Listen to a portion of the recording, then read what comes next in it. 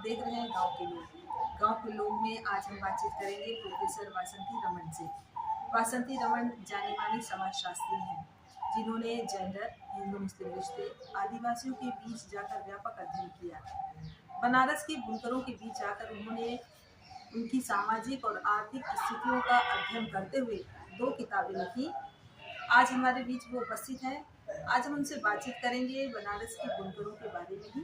वासंती जी, आपका कार्यक्रम में बहुत-बहुत स्वागत है।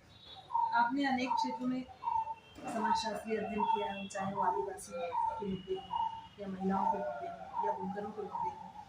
आपने अलग-अलग जगह पर जाकर उनका अध्ययन किया है और कैसा आपका अनुभव रहा और उस क्षेत्र में कैसे आप काम किए?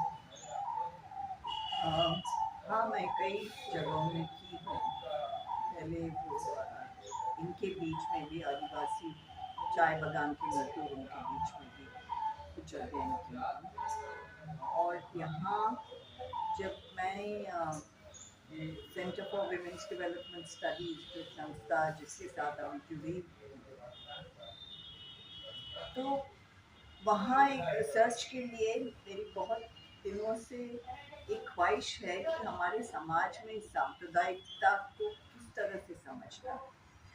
तो एक मौका मिला जब भी हम centre of women's development studies के साथ रही कि हम इसको थोड़ा अध्ययन करें।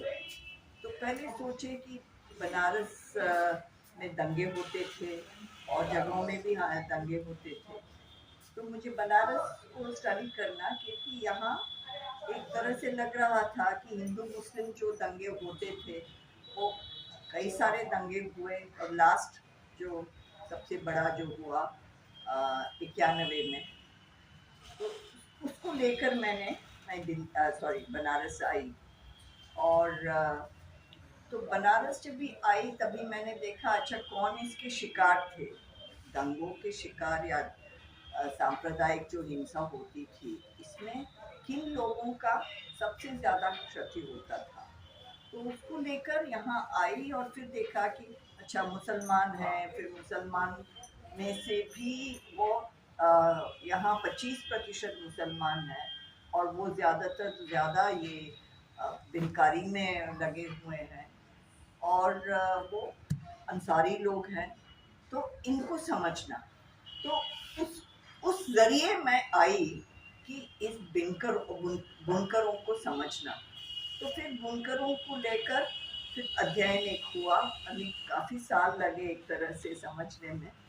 तो मेरा पूरा एक तरह से नज़रिया थोड़ी हल्की हट गई। हम नहीं कहेंगे कि इसमें ये बिनकारी में और हैंडलूम इंडस्ट्री में एक तरह से हम कह सकते हैं कि उसी में हिंदू मुसलमान के बीच में जो रिश्ते हैं वो उसी में जुड़ा हुआ है। और इसीलिए ये आहिस्ते आहिस्ते ये ऑलमोस्ट हम 7-8 साल मेरी फील्ड वर्क यहाँ हुई और उससे ज़्यादा भी। पहली किताब निकली 2010 में, अंग्रेज़ी में इसका था the walk in the west, community and gender identity amongst Banaras weavers. फिर उसमें हमको मैंने एक मौका मिला इस समाज को समझने। तो हम काफ़ी सारा फील्ड वर्क किए, इंटरव्यूज़ किए, बहुत सारा इंटरव्यूज़ किए और बहुत सारे ये क्या बोलते हैं डेस्क वर्क भी किए थे, जहाँ मैंने जैसे नागरिक प्रचारणी सभा में जाके पुराने 91 के फाइल्स अखबार देखते कैसे उन्होंने 91 के रायट्स को कैसे कवर किया। फिर औरतों के बीच अच्छा औरत बने महिलाओं की जो भूमिका है इस बिनकारी में उसको समझना, क्योंकि ऐसे तो देखेंगे तो अगर ऑफिशियल डेटा में तो वो तो मर्द का नाम ही लिखते हैं ना कि ही इज द वीवर, वही बुनकर है। लेकिन आहिस्ते आहिस्ते लेकिन जो सेंसस डेटा है उसमें तो लिखते हैं, महिला का नाम नहीं लिखता है उसमें, महिलाओं का वीवर्स का कितना प्रिपरेटरी काम कौन कर रहा है, फिर फिनिश काम कौन कर रहा है, तो वो तो है उसमें। तो उससे ये भी पता चला और ज़्यादातर बुनकर यही बोले कि महिलाओं का काम के बिना हमारा काम शुरू ही नहीं हो सकता। तो ये एक नहीं आविष्कार हुआ, वो लोग छुपे हुए हैं एक तरह से। ये साड़ी साड़ी के वेव्स में वो छिपे हैं और उनकी लेबर उसमें छुपी हुई है और उनकी जो उनको जो वेतन मिलना है वो भी उसी में छुपी हुई है। It is invisible labour. तो इस तरह आहिस्ते आहिस्ते फिर और चीज़ों को लेकर, फिर उनकी इतिहास को लेकर ये करने लगे और उसमें मुझे बहुत इंटरेस्ट भी हुई। उसके बाद वो किताब निकली 2010 में। वो तो ज़्यादातर हथकरघा के ऊपर फोकस था। उस समय पावरलूम बहुत कम था, लेकिन बढ़ रहा था, लेकिन ज़्यादा नहीं। लेकिन अगर जब भी मुझे सेकंड एडिशन, किताब की दूसरी एडिशन जब भी निकालना पड़ा, तभी मैंने बोला एक राउंड फील्ड वर्क देख लो। तभी तो देखा है, तो हथकरघा तो प्राय 10% से ज़्यादा नहीं था। ये तो शहर हो गया था, पावलूम की शहर हो गया था। तो वो एक और एक एक तरह से इतने तेजी से जो बदलाव आ रही है, इतने तेजी से बदलाव आ रही है कि शहर का एक जमाने था 91 में वो राइट्स था। अ, उसके बाद जो आहिस्ते आहिस्ते जो परिवर्तन हो रहा है इस शहर में, सिर्फ बिनकारी में तो वो उसकी पूरी स्ट्रक्चर बदल गई है। लेकिन ये भी है कि पावरलूम भी के जितने पावरलूम के जो मालिक हैं, वो लोग कितना है उनका, 2 3 4 पावरलूम होंगे, उससे ज़्यादा नहीं। तो एक तरह से उसी स्ट्रक्चर, लेकिन अभी हथकरघा था वो ऐसे ही उसके 8 4 4 5 8 10 हथकरघा होंगे, लेकिन अभी यहाँ 3 4 पावरलूम्स है। लेकिन वो स्ट्रक्चर एक ही रहा है। ये it is a decentralised cottage industry, कुटीर उद्योग है, छोटी छोटी, लेकिन आहिस्ते आहिस्ते एक बदलाव आ रहा है, जिसमें अभी भी हम जस्ट कुछ दिन पहले लोगों के साथ मैं कर रही थी, तो मजदूरों ने मैंने वो भी बुनकर बोल रहे थे कि अभी भी 70 80 90% जो सिर्फ लूम पे काम करते हैं और वापस चले जाते हैं। जो एक्चुअली जो लूम का मालिक है बहुत कम है।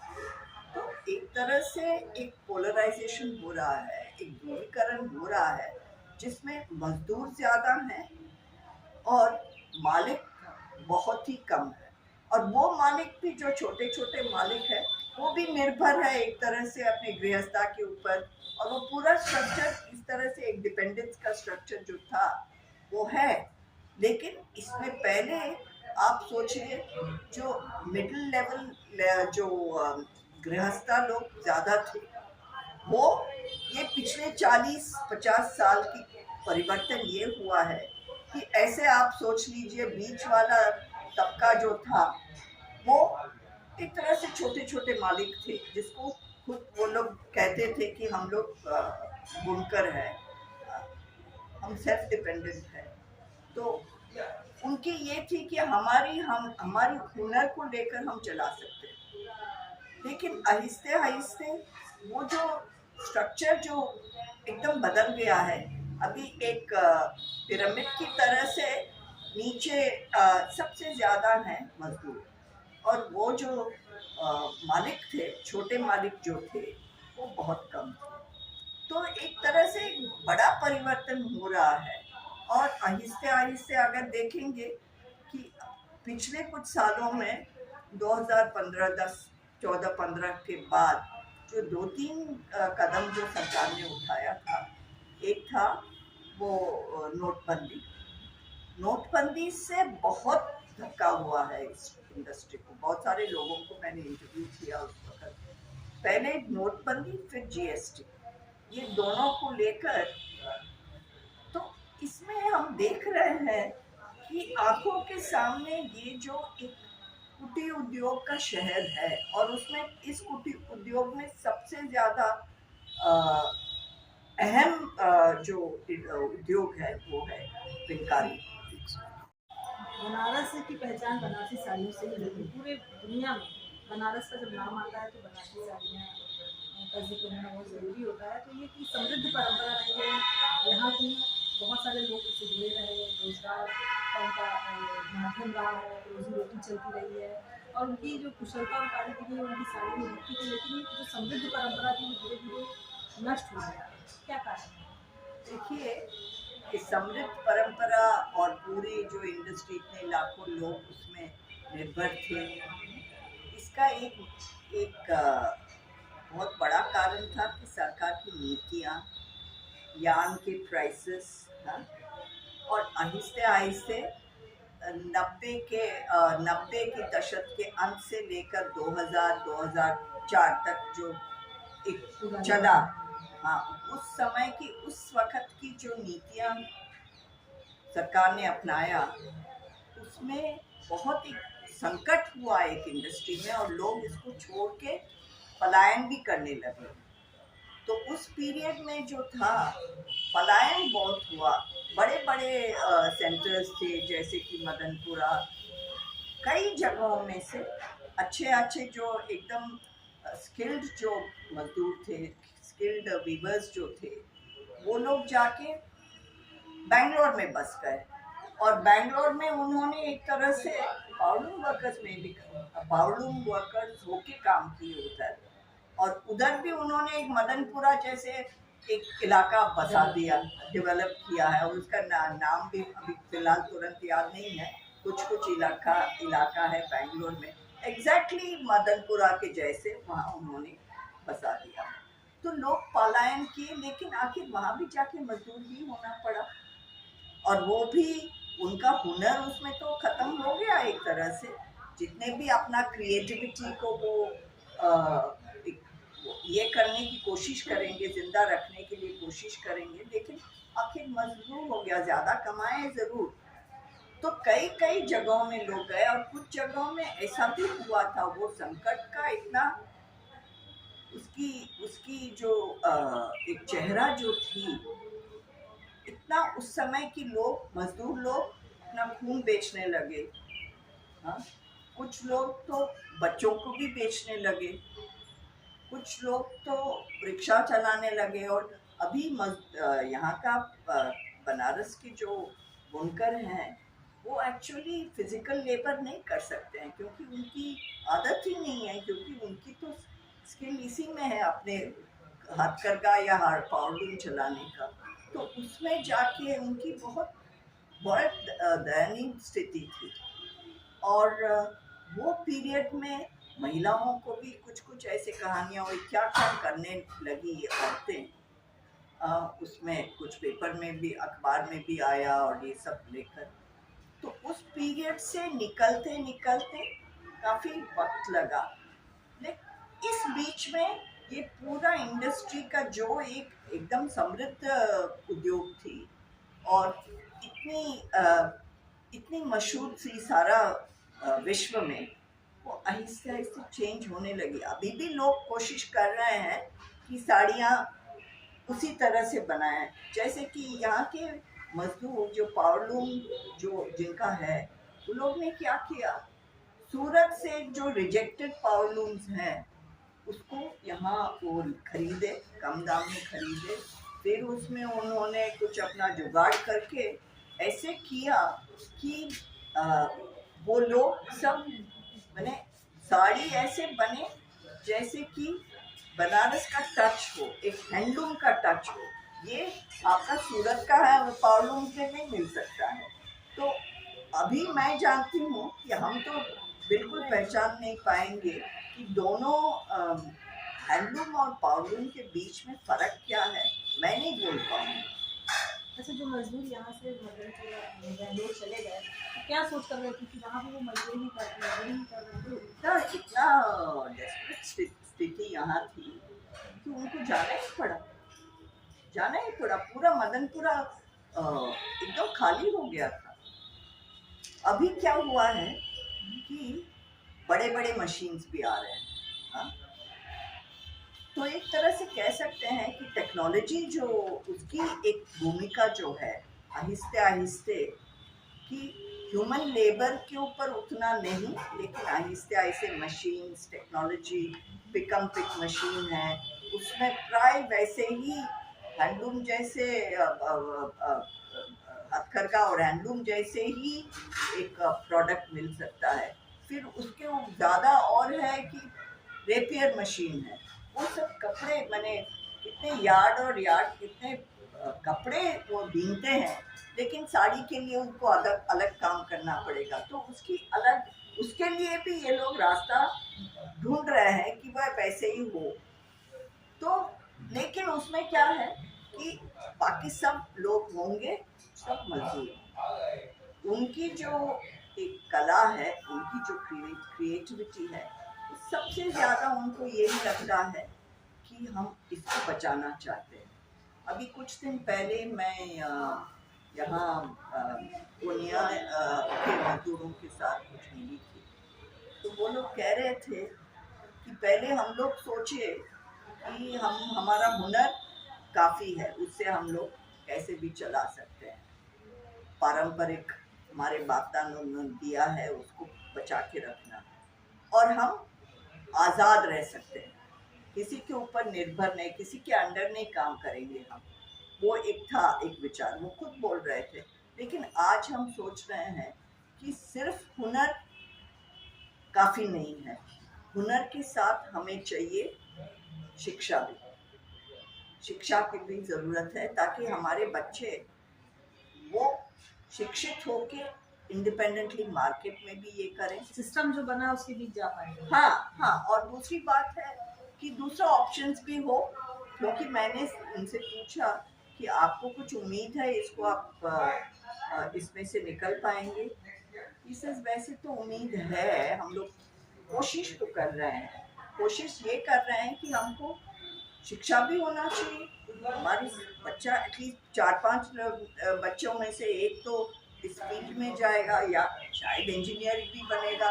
माने वो ये सोच रहे हैं कि कुछ अल्टरनेटिव भी सोचना है।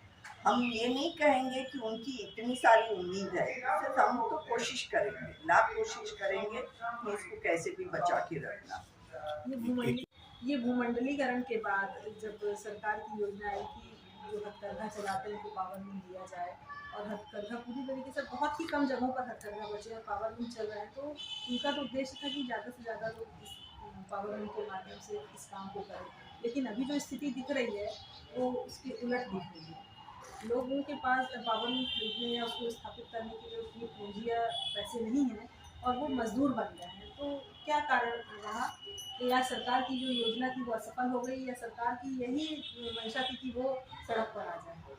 देखिए, एक बात है, ऐसे नहीं हमें ये पहले समझना चाहिए, जिस प्रक्रिया से पावर लूम्स आए वो धीरे धीरे धीमे धीमे आए।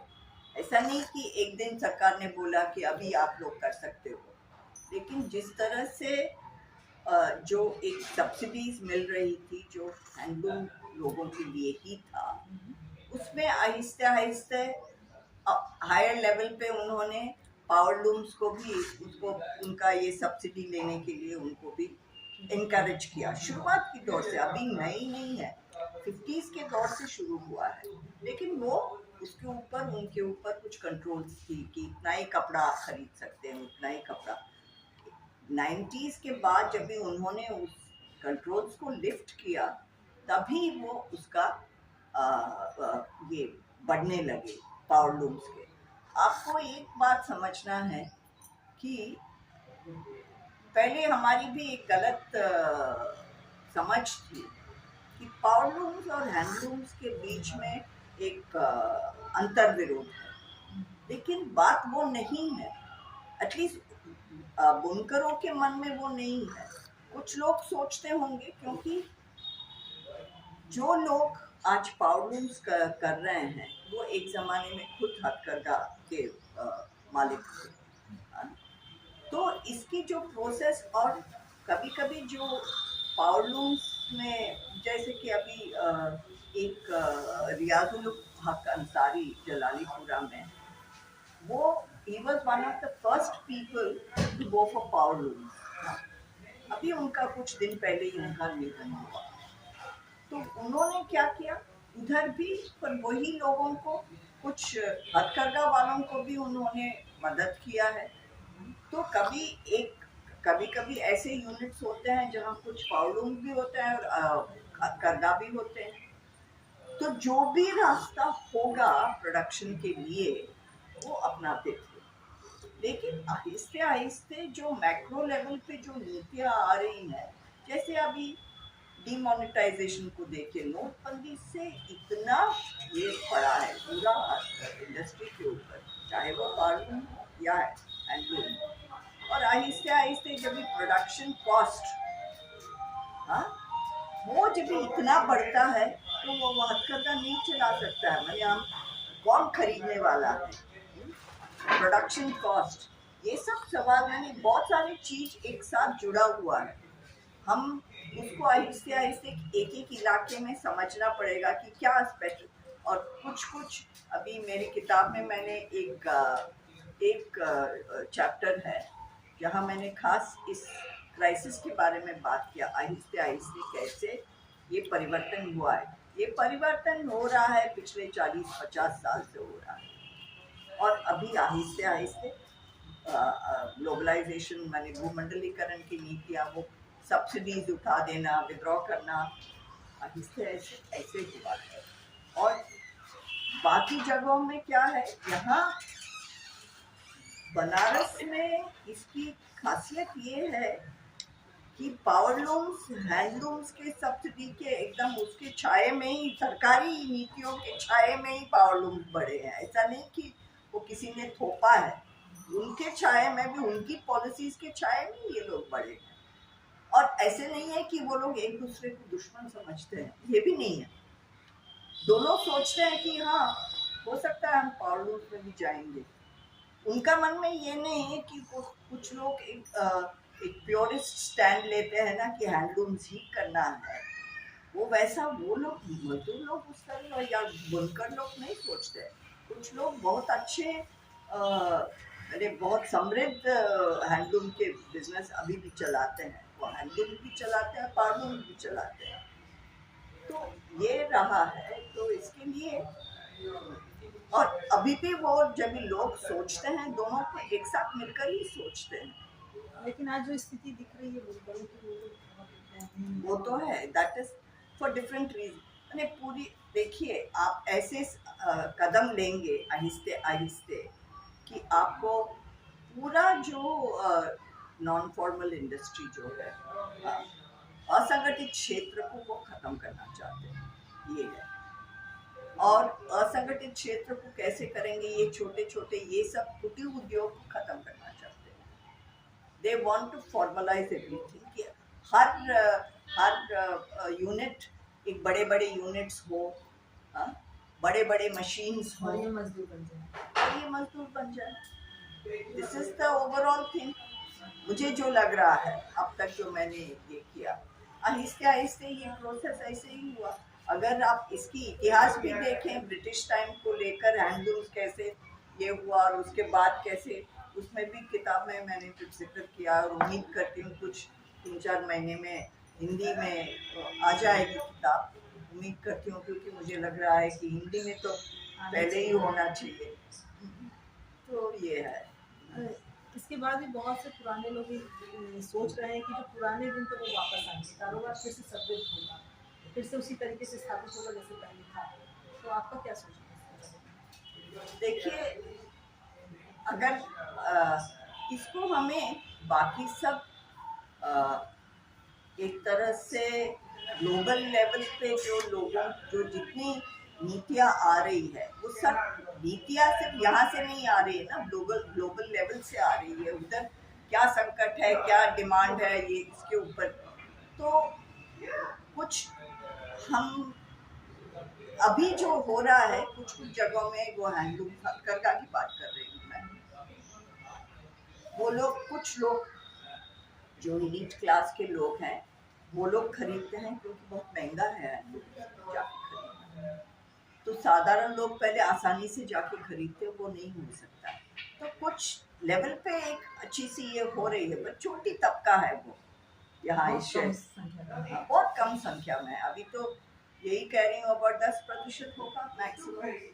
और बाकी सब जो है ये पावर लूम्स है। अच्छा, दूसरी बात है कि जो मैनमेड फाइबर्स और ऑर्गेनिक फाइबर्स, उसमें जो ये हुआ है अभी तो 85 के बीच में 80 के दशक के बीच में ये शुरू हुआ है न्यू टेक्सटाइल पॉलिसी। तो उसमें तो ये बाहर की ये फाइबर्स आने लगे। और एक देखिए अभी कॉटन और ये मिक्स्ड फाइबर्स जो आते हैं, तो मिक्स्ड फाइबर्स तो दाम उसका बहुत कम है, तो उसका भी एक असर होता है। तो ये एक बड़ा समस्या भी है कि फाइबर्स आप कौन से फाइबर्स लेंगे। कॉटन को अभी खादी जाके खरीद लीजिएगा, आपको 4,000 रुपए से नीचे खादी अच्छी साड़ी, खादी साड़ी नहीं मिलेगा। और हम लोग सब चाहते हैं, क्योंकि हमारी एक ख्वाहिश है कि हमें खादी मिले, लेकिन ये स्थिति है। तो फाइनली वो क्या है, वो कुछ लोगों के हाथ में ही रहेगा। एक चीज़ और है कि बनारस में मुस्लिम और हिंदू दोनों तरीके के बुनकर हैं, तो उनके बीच कोई जो सांप्रदायिक तनाव है या सांप्रदायिक जो फाँक है वो नज़र आती है क्या, या कोई एक दबाव महसूस करता है मुस्लिम बुनकर हिंदू बुनकरों के बीच में जाकर, ऐसा कुछ? देखिए, बुनकरों के बीच में ये नहीं है। जो भी हुआ है, क्योंकि हमेशा जो मैंने देखा है, जितने जो फील्ड में गए हैं, सब लोग यही बोलते हैं कि ये ताना बाना जैसे है। ये जो मेटाफर को यूज करते हैं ताना बाना, तो हर टाइम वो लोग कहते हैं हमारे बीच में कुछ नहीं है, और मैंने देखा भी वो। लेकिन आहिस्ते आहिस्ते ये जो सांप्रदायिक तनाव जो आ रहा है, उसको एक तरह से इंड्यूस किया जाता है हायर लेवल पे, पॉलिसी लेवल्स पे। जब सर्टेन टाइप ऑफ सरकार आएगी तो उसको लेकर, अभी देखिए जब 91 की जो दंगे हुए थे, उस समय क्या था, तो सिर्फ मदनपुरा के लोगों को, माने उनकी वो समृद्ध था, मदनपुरा इलाका समृद्ध माना जाता था, और उधर के मजदूरों को भी, उधर के घरों को भी तो उन्होंने खत्म किया। और वो उनका नाम क्या है, डॉक्टर नजीर बनारसी, बड़े शायर। हाँ।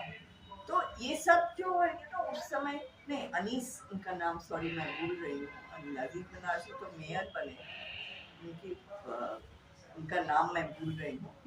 इनका जो डेथ हुआ उधर, फिर लोहता में भी एक डेथ हुआ, उनको एक्चुअली मारा गया। तो ये एक लीडरशिप तो आ रही थी मुसलमानों के बीच में, जो एक तरह से शिक्षित थी, पॉलिटिकल थी, वो चाहते थे कि, लेकिन उनको दबाया गया और ख़त्म किया गया। जब भी ज़रूरत पड़ती है उनको ख़त्म भी किया जाता। तो हम कहेंगे कि जो सांप्रदायिक एक दृष्टिकोण है, वो ऊपर से एक तरह से थोपा जाता है, और आम बुनकरों अभी भी नहीं है। मैं कहूँ अभी भी लोगों के बीच में उस तरह का तनाव नहीं है। हाँ? वो नहीं कि हाँ ये मुसलमान है, ये ट्रेड में, यानी ये बिनकारी जो है और ये पूरी उद्योग इतने जुड़ा हुआ है उनके इंटरेस्ट को लेकर। और बहुत सारे लोग जो नॉन मुस्लिम, जो ओबीसी जो बुनकर हैं, अभी बने हैं, उन्होंने तो ये उनकी पूरी ट्रेड उन्होंने मुस्लिम गृहस्था लोगों से ही सीखा है। और वो लोग सब बोलेंगे भी, हमारे मुस्लिम गृहस्था भाई लोग ने हमें बहुत मदद किया। तो इस उद्योग का एक खासियत है कि सब जुड़ा हुआ है, और उसको अभी सब खत्म करना चाहते हैं। आपने शुरुआत में बात बताई कि इस उद्योग में बुनकरी के उसमें पुरुषों को ही शामिल किया था, लेकिन महिलाएं भी उसी तरीके से हिस्सेदार हैं, उसी तरीके से वो शामिल होती हैं। तो आपको जब वहाँ गई तो जो महिलाएं थी उनकी स्थिति आपको कैसी लगी, और किस तरीके से दबाव में और संघर्ष की उसमें? वो उधर क्या है कि घर में जो काम करती है, वो उनके साथ, उनका घर का काम के साथ वो काम एक ही कमरे में होता था। उसका नड़ी भरना, फिर उसके धागा को रेडी करना, ये सब काम औरतें करती थी। उसके बिना वो लूम के बाद जा ही नहीं सकता था, काम शुरू ही नहीं होता था। फिर आहिस्ते आहिस्ते इस संकट का असर ये हुआ है कि महिला जब पूरा हथकरघा बंद हो गया तो महिलाओं को भी कुछ जाके और घर के बाहर जाके काम करना पड़ा। फिर टिकली करना, वो सब ये छोटी मोटी काम जो है उससे कितना पैसा होता था, बहुत कम। और उसमें बच्चे भी लगते थे, सबको सिखाया जाता था। तो इसकी अगर हम देखेंगे कि वो लोग कोशिश कर रहे हैं, हम यही कहेंगे कि हाँ, तो कोशिश तो करना ही पड़ेगा कि इसको बचाने के लिए, क्योंकि इतना इतना प्रेशियस हुनर है ये और हमारी विरासत की सच एन इम्पोर्टेंट पार्ट। तो इसको बनारस शहर को इसको ये करना माने ये सिर्फ हमारे मंदिर और ये सब नहीं है, ये हमारी जो ट्रेड है, ये हमारी जो हुनर है, संस्कृति की पहचान है। एकदम संस्कृति की पहचान है ये। तो ये है, बोल नहीं सकते हैं कि क्या कैसे किस दिशा में जाएगी, लेकिन हाँ एक चीज हो रही है, टेक्नोलॉजिकल जो बदलाव है ना वो बहुत तेजी से हो रहा है और उसमें ये बुनकर लोग उसको कैसे सामना करेंगे। कुछ बात हो रही थी कुछ कोऑपरेटिव बनाने का, ये बनाने का, वो सब सिंपल सवाल है अभी बिजली का। पावरलूम वर्कर्स के लिए आप बिजली बंद करेंगे तो बस उनका वही खत्म हो जाएगा। तो उनकी क्या रिस्पॉन्स होगी, किस तरह से वो लोग इसको सामना करेंगे, उसके ऊपर भी निर्भर है। और किस तरह से सरकार के साथ नेगोशिएट भी करना पड़ेगा उनके साथ, और संगठन बनानी पड़ेगी कि जाके सरकार के साथ नेगोशिएट भी करना है।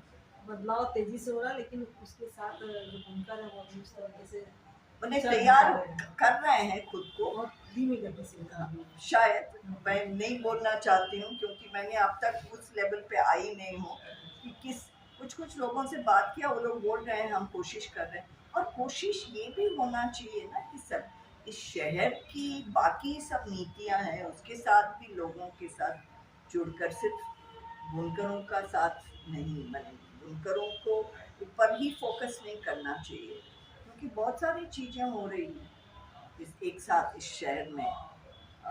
स्मार्ट सिटी बनाने की बात जो हो रही है, बदलाव का की बातचीत जो हो रही है। हाँ इतनी बदलाव की बातचीत, उसमें इन लोगों के माने गरीब और ये मजदूर और एक तरह से ये मजदूर वर्ग, मैं सिर्फ बुनकरों की बात नहीं कर रही हूँ, सब लोग, उनके लिए जगह नहीं है। मुझे जो लग रहा है कि अभी आपका घाट सब बना है इधर, उसमें वो नमो घाट में लोग अंदर भी नहीं जा सकते। जो साधारण चाय बेचने वाला या मूढ़ी बेचने वाला ये सब जो आके बेचते थे, अभी मैंने सुना है कि वहाँ और ये लोग सब नहीं जा सकते, उसमें बहुत फैंसी दुकानें हैं।